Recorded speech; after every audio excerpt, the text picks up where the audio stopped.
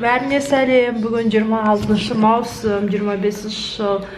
Қарағандыда ауа райы деген түсініксіз. Еще жағаласы бар жақта біреулер тикток көреді. Сол енді жаманақ болып тұрады погода. Сосын далаға шыққанда көрсетемін. Екінен кейін қою бест. Күн райы бұзып кетті. Аспанның оң жақ шеті осылай сыр болып түсі суық қаптай аспанып. Сол жақ шеті осындай жаздың бай болып тұр. Алматыдан киімге тапсырыс берген. Бүгін 26-сы бейсенбі.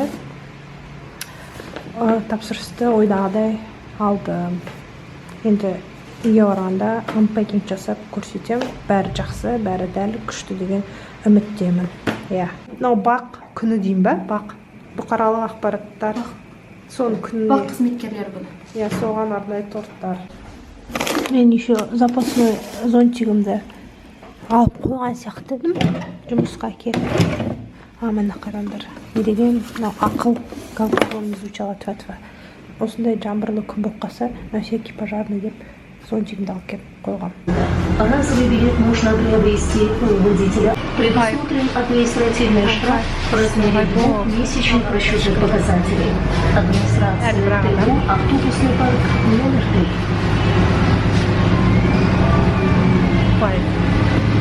Вайп, стиль. Қалада өте қатты ламыз болады. Biraz көрсетем.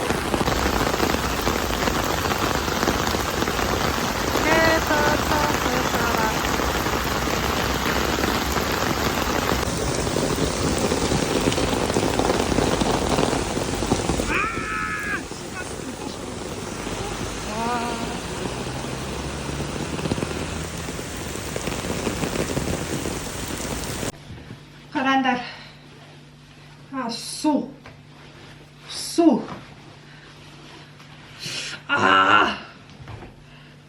Міне. Аяқ киім шылқып кетті. Екі носкиді қатар шешем, чтоб суды көрсету үшін. Міне. Су. Ертең мен Астанаға осы кроссовки киіп барам деп ойлағам, бұйырса. Бірақ малмандай су боп, басқа аяқ киім кием ба деп қалдым. Енді қараңдар. Настолько көрдіңдер ма? Су шылқыдым. Ужас. Дала бат-шыт болатыр. Ужас. Надеюсь, енді субботаның күн жылы ойы болатын күні. Рахмет, сау болыңыздар. Достар, менде андай үлкен штатив жоқ, бірақ болашақта бұйырса аламын, сосын нормально во весь рост видостар түсірем. Бірақ қазір осылай болып тұр. Қазір мен енді пекинг чек жасағым келіп тұр. Бүгін енді көргендеріндей қатты жаңбыр жауды, пакетик біз наерде менде не екен? Қағаздан жасалған. Кішкене жаңбырдың астында пакет қалып қойса бір түрлі иіс шығады екен. Anyways, бұл жай біліп жүріңдер, айтқым келіп кетті. Анпекинг жасайық. Жазған адресі бәрі мыж-мыж, су-су болды. Вау, достар.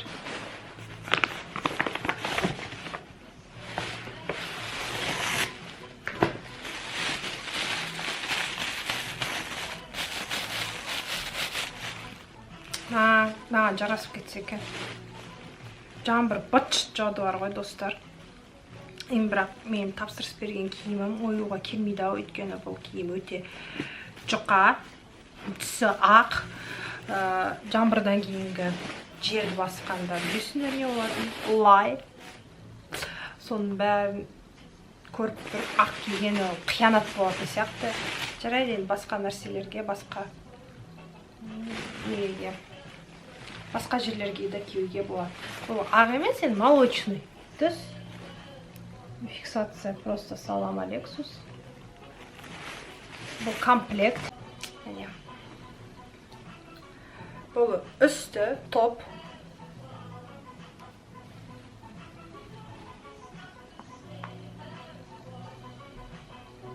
Осыны мен оюға кием деп ойладым бұйыл. Бірақ ауа райы. Oh my god. Біріншіден мен тонам. екіншіден жердің бәрі лай. Мына аппақ әдемі костюмчикті бүлдіремін ау. Сол екі себептің өзі үлкен мәселе болып тұр. Осынау осындай бір атауын білмеймін, юбочка сияқты шалбардың үстіне бүйтіп қыстырып. Түстері, мына екеуінің түсі бірдей екен, но более темнее будто бы. А бұл шалбар.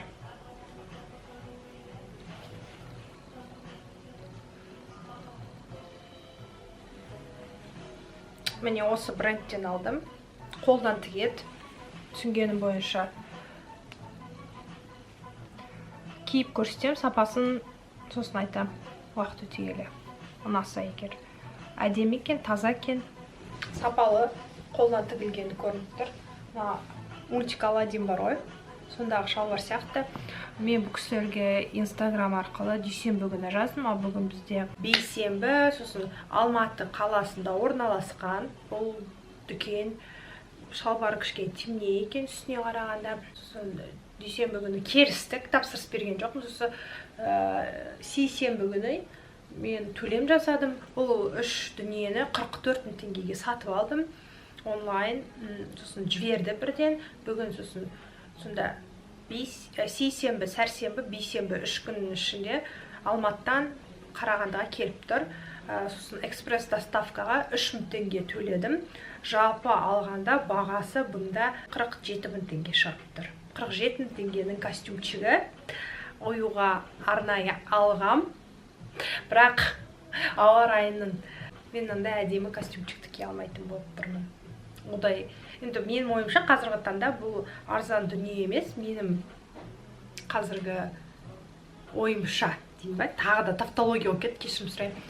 Рас қымбат нәрсе сияқты, 44 000 теңге деген жерде жетпеді. Ол да ақша, әр дүниенің өзіндік құны бар. Менің бір мелочный ақша сынақ қалған деп ойласаңдар, ойлай беріңдер, бірақ бұл арзан дүние емес.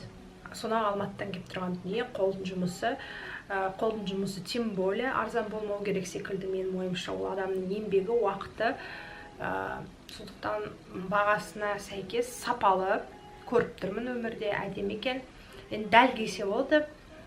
Бұл размер S размері. Менің бойыма, параметрларыма сәйкес келуі керек. Қазір киіп көрсетем. Бірақ менде штатив жоқ, бағана айтып кеткенімде, сондықтан бүйтіп айнадан ба бірден ақ көрсетем. Сонда міне unpacking-чек. Айтпақшы, ертең бұйырса енді Астана қаласына бөлеммен бірге жолға шығамыз.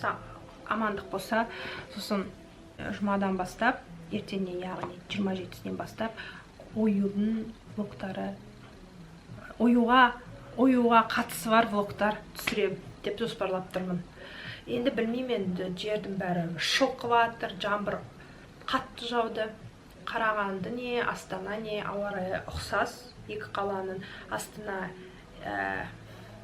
Қарағандыға қарағанда суықтау секілді. Қарағанды все-таки, как бы скромно не звучало, орталық Қазақстан, ал Астана кішкене северға қарай жақын сияқты, суыққа қарай.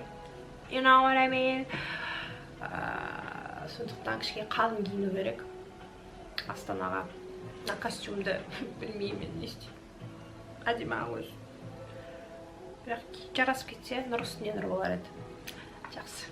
Мысалы, келесі видоста қазір мен киіп көрсетемін.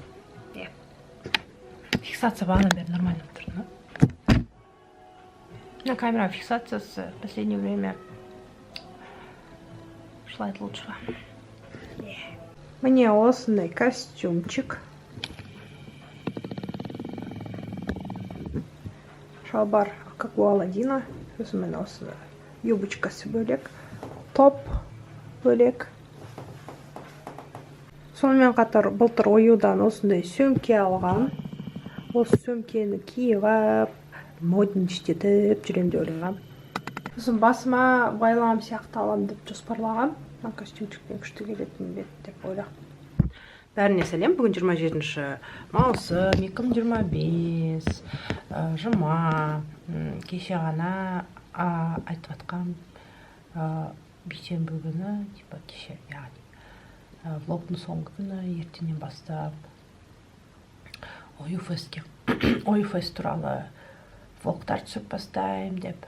Бірақ бүгін біз Астанаға шықпайтын болдық. Бұйырса таңертең шығамыз деп жоспарлап тұрмыз. Яғни ертеңнен бастап болады Ойфест туралы влогтар. Ал бүгін күнделікті өмір туралы влог. Қазір жұмысқа барам. Бүгін мен ұйықтап қалдым. Кешігіп жатырмын. Біздің қалада Венеция болатыр. Жаңбыр өте қатты жауды. Жердің бәрі су, жүру мүмкін емес. Кеше мен аяғым су болды, кроссовкиім су болды. Барлығын түсірдім, көрген шығарсыңдар. Оны кептіріп қойдым. Енді бір қалындау бір күзгі етік кию керек секілді. Өйткені аяқты есте сақтаңдар. Егер де мені бой жеткен бозбалалар, кішкене балалар көріп жатса, аяқтарында әрдайым әрқашан жылы ұстандар. Неде болса, жаз болсын, қыс болсын, аяқ жылы жүру керек. Сол, қазір күзгі етігімді киіп алып, жұмысқа тартамын. Қысқасы бүгін жұмыста вообще свет жоқ, біз отырмыз. Жұмысты атқарып, бітіріп, обед болды, қазір түстен кейін бәрі Балқашқа кетеді. Журналистер күні тойлап, мен должен естірді және бітем. Просто на жерде журналист ЗКТ-шқа оқып, закадровый текст для сюжета. Сол. Бәріне сәлем, бүгін әлі 26 маусым 2025. Күн шығып, күн жылынып кетті. Прикиньте, сондықтан мен ойланып тұрмын, арнайы Ойфестке сатып алған костюмчигімді киіп жүремін ба, кие береймін ба деп. Себебі реально күн жылып кетті. Қысық, жаңбыр толассыз қатты жауды, базар жоқ. Бірақ күн жылыды.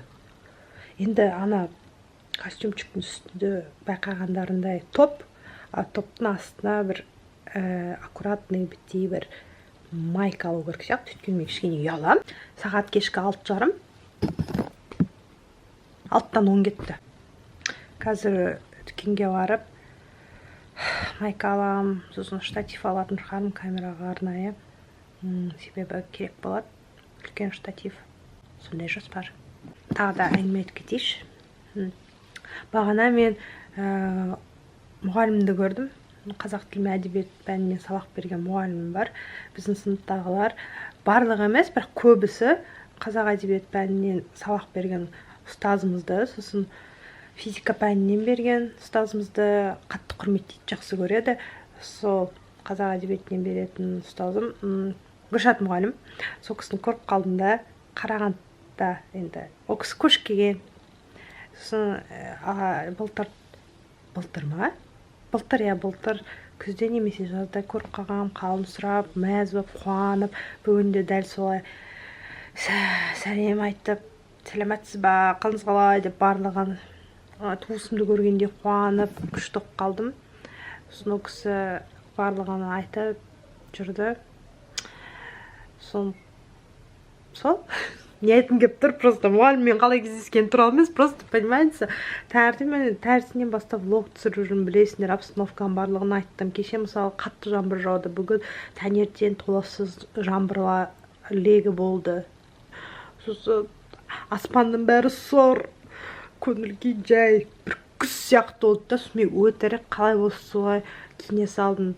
Сосын бізде жұмыста бүгін расслабон болды, из-за того, что света не было, жарық болмаса көптеген жұмыс тоқтап қалады біздің сферада, деймін ба, білмеймін. Себебі жарық көп нәрсеге әсерін тигізеді. Сосын қош құрсын, бүгін короткий день, өзім и так кешігіп баратым деп қалай болса солай киіне салдым. Толстовка и сигаретка, и шатым тие сап, и андай очки киіп алып, типичный ботаник сияқты киініп алдым да. Кішкене некомфортно болып қалды. Сол мұғалімді көріп, қалса қалсы ғой, киім онша емес, бірақ жұмыстан қайтып бара жатырмын деп ше, сол ішкі ойым сондай болды да. Сосын өз-өзіме мен ылғи айтамын, айғаным, күнде сәнденіп жүр, сенде киім бар ғой, жоқ емес, бар, шүкір. Сол бар нәрсені көрсетсейші айналайын-ау деймін да. Сосын осындай андай редко болып қалады, когда быстро-быстро тез жиналып, как попало, қалай болса киіне салып шыға салатын. Сондай моментте бір бүкіл таныстарында, жақсарыласатындарды и так күнде көресің ғой, по идее. Бір таныстарыңды бұрында таныс болған, қатарласа қоймайтын адамдарды кезіктіріп қаласың да, ё-моё, неге бүгін, блин, деп, при параде болғанда неге көрмей қалдым деп қаласың да. Бүгін сондай болып қалды енді мұғалімді көріп. Енді қазір мен дүкенге жай элементарно майка алуға баратырмын ғой. Сол майка алу үшін мен сәнденіп шығамын. Вдруг тағы да бір танысымды көріп қалып ұят болмасын. Адам негізі сәнденіп дегенде енді жақсы, өзіне ыңғайлы киім кисе, өзін өте қатты сенімді ұстайды. Лично жеке менде солай. Мен егер жақсы киініп алып, бір қалай айтсам екен, жақсы киініп алып, сосын бет-әлпетімді дұрыстап шықсам, көшеге немесе жұмысқа, мен өзімді сенімді сезінемін. Сөздің шыны керек. Солай енді жақсы киініп шығамын да, майка аламын. Сонда міне апдейт бүгінге достар. Сағат уже 16:18. Ой, 18:14. Не 16:18 деп жатырмын мен, не? Жақсы, кеттім, тез киініп, барып келейін. Сосын штатив қарау керек. Ауыл жетіге дейін. Бірінші штатив алатын шығармын онда. Давайте. Кешкі сағат 10-нан елу кетті. Ертең бұйырса, уже әлі 12 болған жоқ қой. Мені уақытты көріп тұрсыңдар ма? Таңғы 5-те оянып, 6:30 кеткенде, 10 кеткенде ма, сондайда электричка пойызға міну керек, ол үшін 5-те тұру керек, 5:30-да шығу керек. Менің қазіргі таңда осы әдетім ұнамайды. Бүкіл дүниені соңғы уақытқа дейін созып, соған қалдырып, сосын в конце бәрін 5 минуттың ішінде тез істеп ұстау керек. Мысалы ретінде сағат 11 болды. Негізі ертерек бәрін істегенімде, қазір уже ұйықтап, таңертең тын болып оянатын едім. Бірақ қалай бар солай енді қабылдаймын, жұмыс жасаймын, над этим буду работать. Anyways, бүгін алған дүниелермен бөліскім келеді деймін ба, жоқ. Бүгін алған дүниелерді көрсеткім келіп тұр. Бүгін мен наконец-таки менің ютубтағы шығармашылығыма үлкен септігін тигізетін дүниені алдым. Бұл штатив. Бұндай штатив. Үлкен. Жұмысқа арнайы алдым. Жұмыс дегенде мен бұйырса түсірілім болады. Үйде соған арнап алдым. Ең мықтысын. Білмеймін, енді уақыт өте көрем, мықты ма, мықты емес па, ең жақсысын алдым осы фирмадан.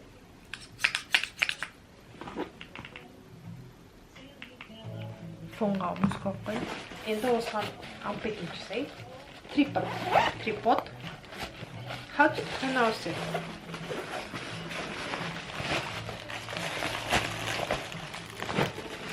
Ұйқым келер, тез. Бәрі, бір істеу керек. Сосын камераны наконец-таки биіктен адам тұсап түсіралар. Камерадан дүниелер. Бағасы бір 18.900 теңгесін түсірдік. 18 қалды. Әжептәуір ақша. Өзінің құнына сәйкес келіп, сапалы дүниелер жасайды деген үміттемін. Сапалы дүниелер жасауға көмектеседі деген үміттемін. Енанға сындырмамасам болды, алмай жатыр. Әрден бір несі бар ма? Қалай қолдану керек. You know it's not the same as it was.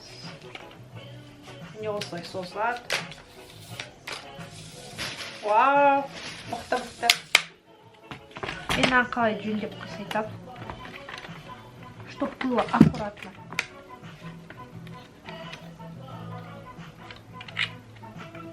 Жақсы қазір жөндейм, сосын керек тағы да. Достар, мен на штативпен вообще разбираться етіп уақытымда жоқ, желаниямда жоқ, қатты ұйқым келіп жатыр, мынаның бәрін арғындатып жөндейтін қалай зерттеуге мүлдем уақыт жоқ, сондықтан базар жоқ штатив, бірақ мына албасты қазір көрсетемін. Мына албасты бүйтіп қисайтып жөндейін десем, бүйтіп тұр еңкейіп. Девесейді мынасы бар ғой, бүйтіп тұру керек. Ол бүйтіп бүгіліп тұр. Он жөндейінде құртылап асығыстықпен не хочу ердік. Сондықтан лучше асықпай баппен істермін уақыт келгенде. Арандаш қисайып жатыр. көрдіңдер ма? Мынау бүйтіп тік тұру керек былай. Бұл қисық тұр. Жағаласқан досы, қырсық қалай жүр. Сондықтан просто принимаем и дальше живем. Ничего надо морочиться, думать что-то как, что-нибудь. Thank you. Өтіп кеткен мұнда периодтың.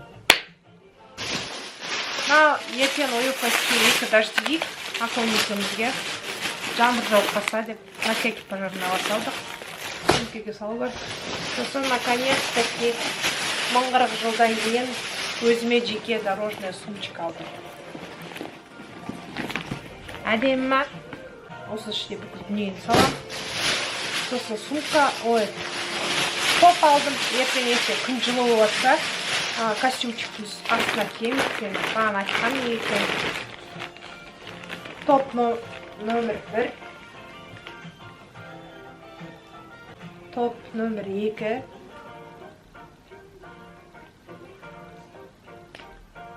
Топ номер 3. Бүкіл дүниенің бәрі салып, жаңа сөмкеме ертең ұйықтау керек. Давайте. Енді ОФС-тен блог болады. Осы апта бойы блог түсірдім, бәрін редачить етіп, ютубарнама салам деп жоспарлап тұрмын. Ұнады деген үміттемін. Осы менің аптам өтті, шүкір. Ертең бұйырса ОФС-ке барамыз, ОФС-тен де бірен-саран видеоматериалдар түсіріп, жаңа блог жасайын деген үміттемін. Келесі кездескенше.